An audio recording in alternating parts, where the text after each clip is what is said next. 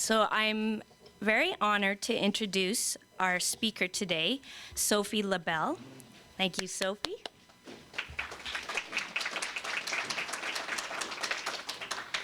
Sohpie was raised in rural Quebec and is an author and cartoonist exploring themes like gender expression and gender identity. She is also an elementary school teacher as well as an activist. In 2014, she was the first openly trans person to run during Quebec's provincial elections. She has published many children's books about gender issues and is currently working on a web comic focusing on a transgender girl that is drawing worldwide attention. Assigned Male is the name of that comic, and it's available on Tumblr. Sohpie also has some of her work available for purchase. You can come and see us over here if you're interested in that. Sohpie is going to be speaking on what is transfeminism, what can it bring to feminism in general, how do you define cissexism, and why is it relevant to address cissexism? Sohpie?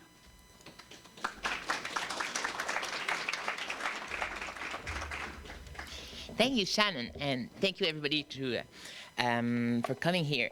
You'll excuse my strong French accent. I can't do anything about it, sadly.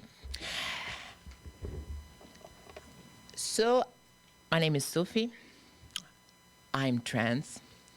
I'm trans since I know the word. Actually, I learned that word when I was 9 years old on TV, and it's been really useful as a word, as a tool to explain how my experience of having a gender is particular in our society, because not everybody experience their gender the same way. Some people never get to question it. Some people never have any problem with the gender they were assigned at birth, because every one of us is assigned a gender at birth.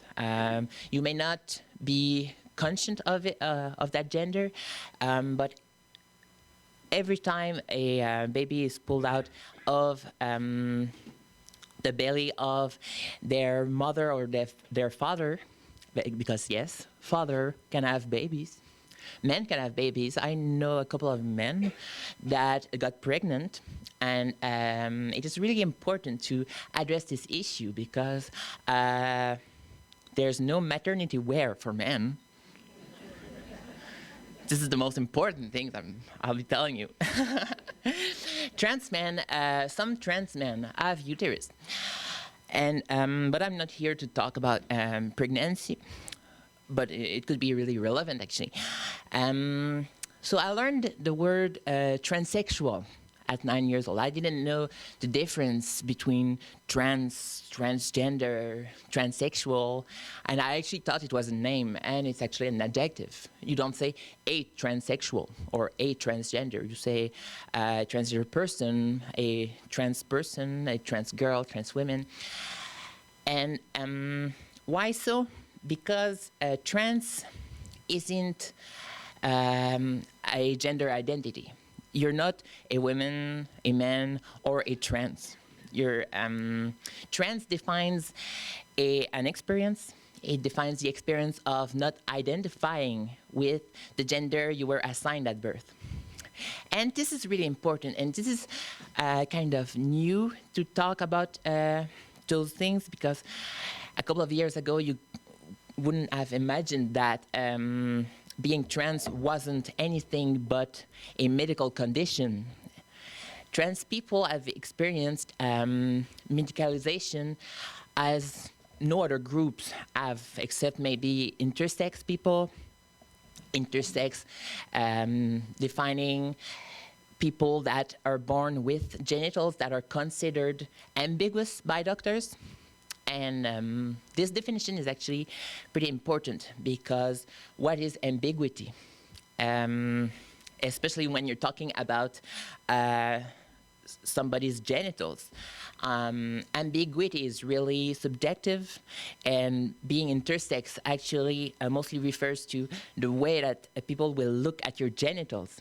And it was commonly accepted to use the word hermaphrodite for intersex people. Hermaphrodite is a term that was used against intersex people. It was used to put a medical condition on intersex people, and it was used to treat them in ways that weren't consensual.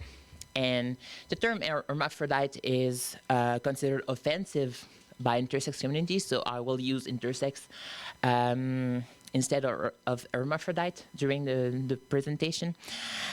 Because intersex people and trans people do have a lot of fights in common when we're talking about medicalization, for example, and because medicalization is the reason why we prefer to use the word trans to describe our experience instead of transsexuality or transgenderism, which are mostly medical conditions.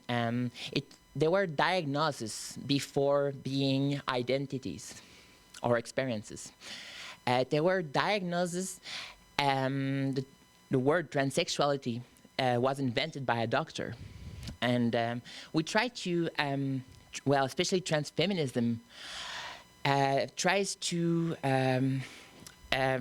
create a distance with that term, transsexuality or transgenderism.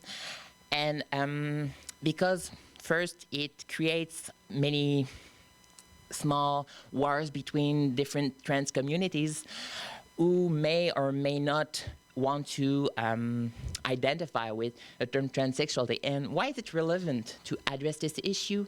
Because it may seem like it's only like word wars.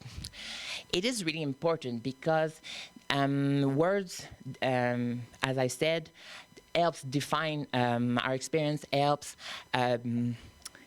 addressing different issues. And as I said, when I was 9, I became trans because I learned the word trans. I was always, my gender was always an issue in my family. A lot earlier than before I was 9. Because I have tons of pictures of me as 4 years old or 5 years old with, all kind of hair clips in my hair or wearing dresses because that's what I did. And before I had the words to explain it, this was just seen as being me, and it was problematic because people wouldn't understand it. And actually, I was 9 years old, I think, when that psychologist at school took me out of class every week to give me tips on how to be more masculine. Oh yeah, this was awesome. I mean, I had this kind of, this was my destiny, just to be just to being reminded every day that my masculinity wasn't seen as being correct. So I would just go there and pretend that, yeah, I'm gonna learn how to speak to other boys and sound like any other boys too. And then I would learn how to walk like a boy. And this is really, this brings a lot of anxiety to every children, actually. As an elementary school teacher, this is something I live with, gender anxiety.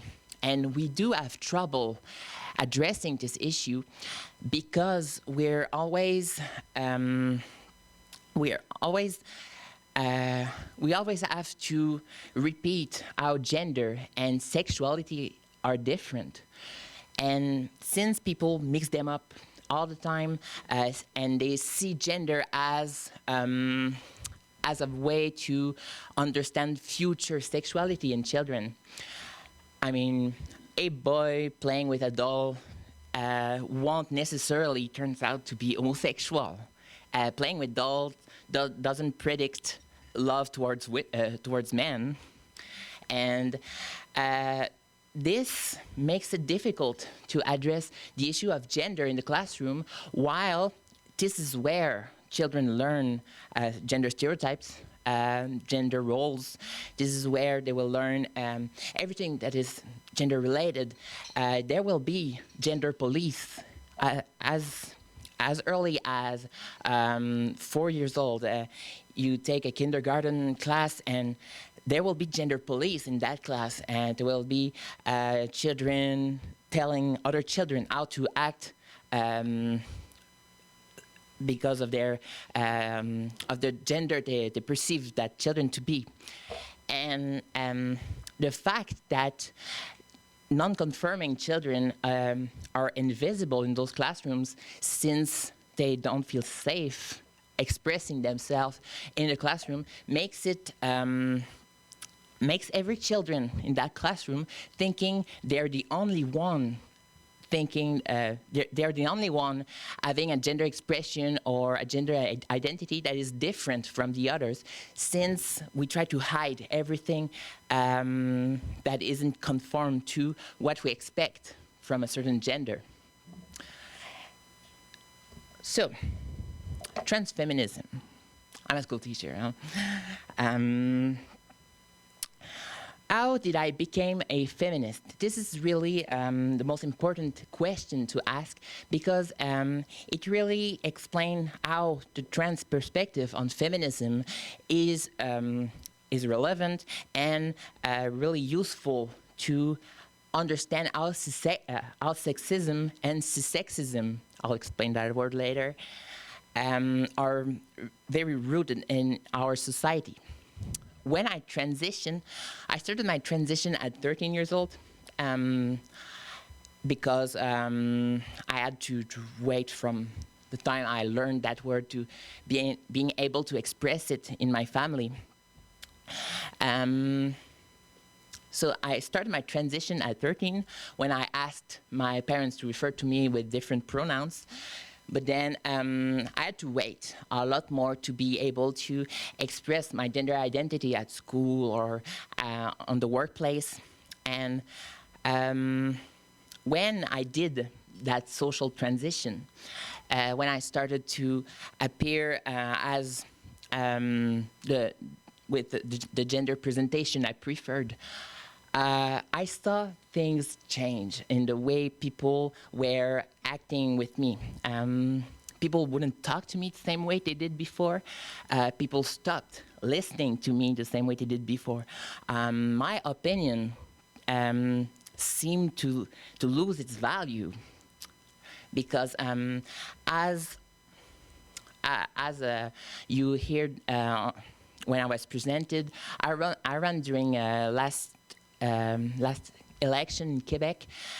So I did a lot of politics in my life, and seeing how my opinion lost its value when I was talking about subjects in which I did have a lot of expertise, like politics or economics, and seeing how other men, other people would cut me to talk while I was talking, or when I would say something and then the subject would just change like if I had said nothing. This happened a couple of times before, but not as much as when I transitioned socially. And that kind of things, there are many examples. This is just an example.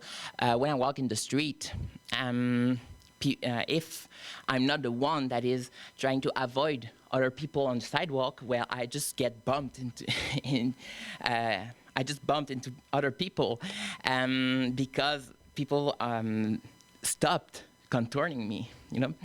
And there's so many examples like that. And in the classroom, this is really present. We see it a lot in the classrooms, how boys will have all the space to talk, they will use the space they will take the space because we socialize girls to take the less space possible, and being trans puts a whole new perspective on this, since I did experience how people would just give me the space and then the opposite. And this is why I do identify as feminist before identifying as trans, because when I transitioned, I saw how the society was deeply sexist. And the trans part of it is that I experience a kind of sexism that is also mixed with transphobia and cissexism. Transphobia is easy to explain and to define. It is the hatred and fear of trans people. So when a trans person gets attacked or judged, well, we can call it transphobia. But what about when trans people face difficulties having their gender validated by society? How do we define the fact that trans people are having difficulties having access to healthcare or housing or any kind of structural barriers there is to trans lives? This isn't transphobia when the government just won't change your sex markers on your documents. This is how you can define cissexism. Because cissexism is a bias, a positive bias towards cisgender people. Cisgender people. Is there any cisgender person in the room? This is a joke. You are the majority. Cisgender comes from the Latin root cis, which is the opposite of trans, to put it simply. But if we take the etymology, there are a couple of problems with it, but the word is accepted without necessarily problematizing the etymology. I mean, we'll keep it to the Latins. So cisgender people are people that identify with the gender they were assigned at birth. And using that word is really necessary to for trans people to gain acceptance in society, because it's really what defines the difference between cis people and transgender people. It is the fact that the gender they were assigned at birth don't match their gender identity. And this is a really better way to put it than to say that trans people are sick and cisgender people are just normal, which is a kind of harsh thing to say. And so cissexism is a structural barrier, just like heterosexism. Heterosexism is to homophobia what cissexism is to transphobia. Because heterosexism exists in society without necessarily being a hatred or a phobia of homosexual people or bisexual people.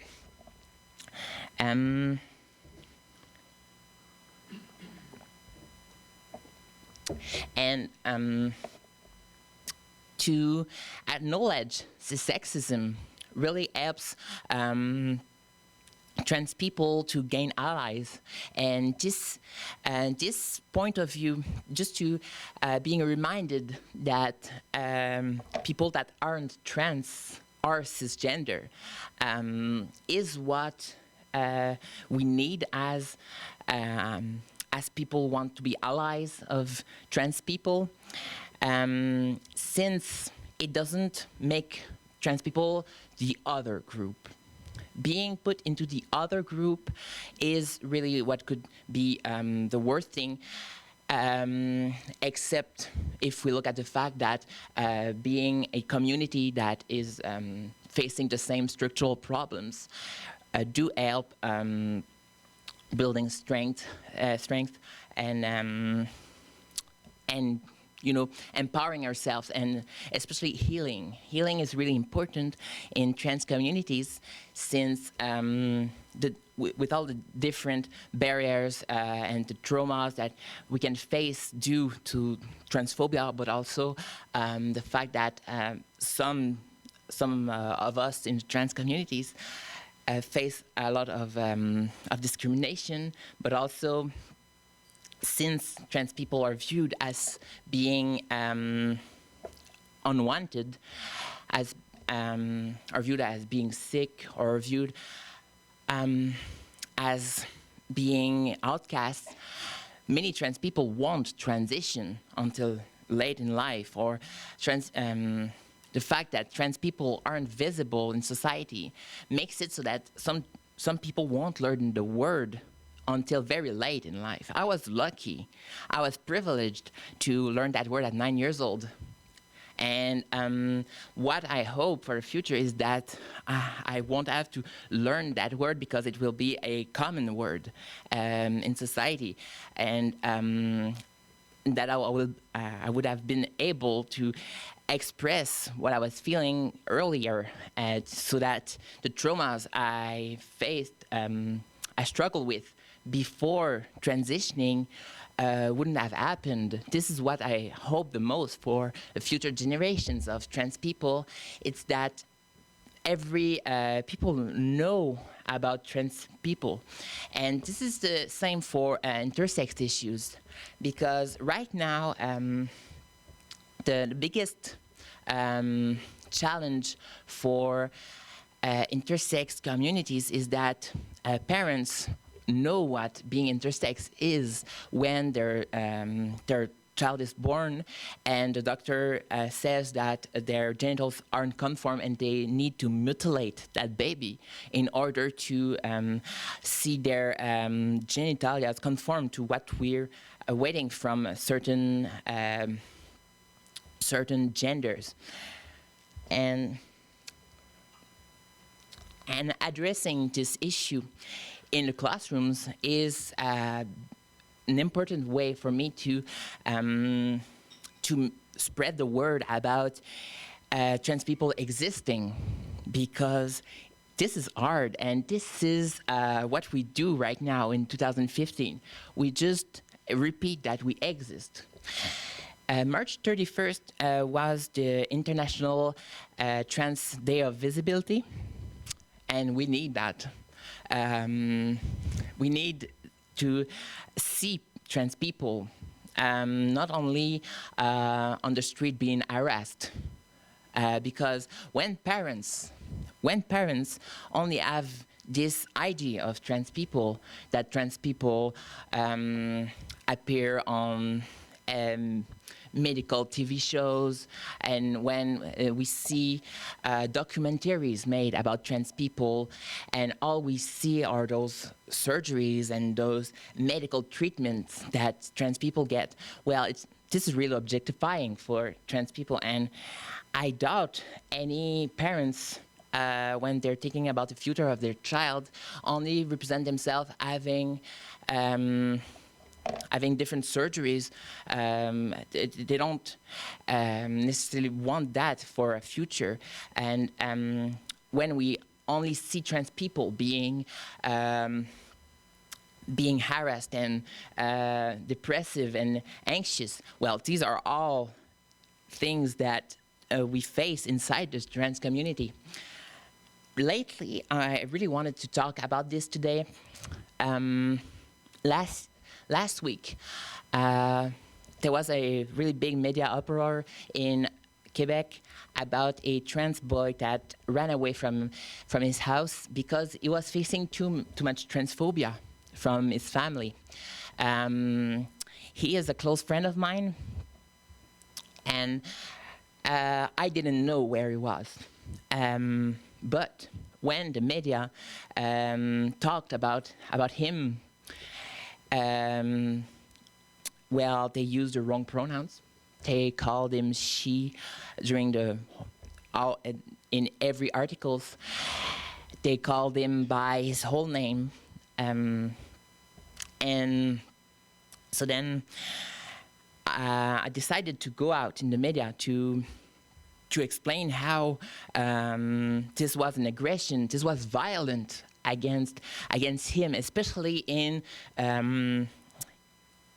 with the fact that he ran away because of that. And by calling him she during every articles and seeing his face, and there was this whole photo of him in a dress that that his parents gave to the media, and this photo was everywhere.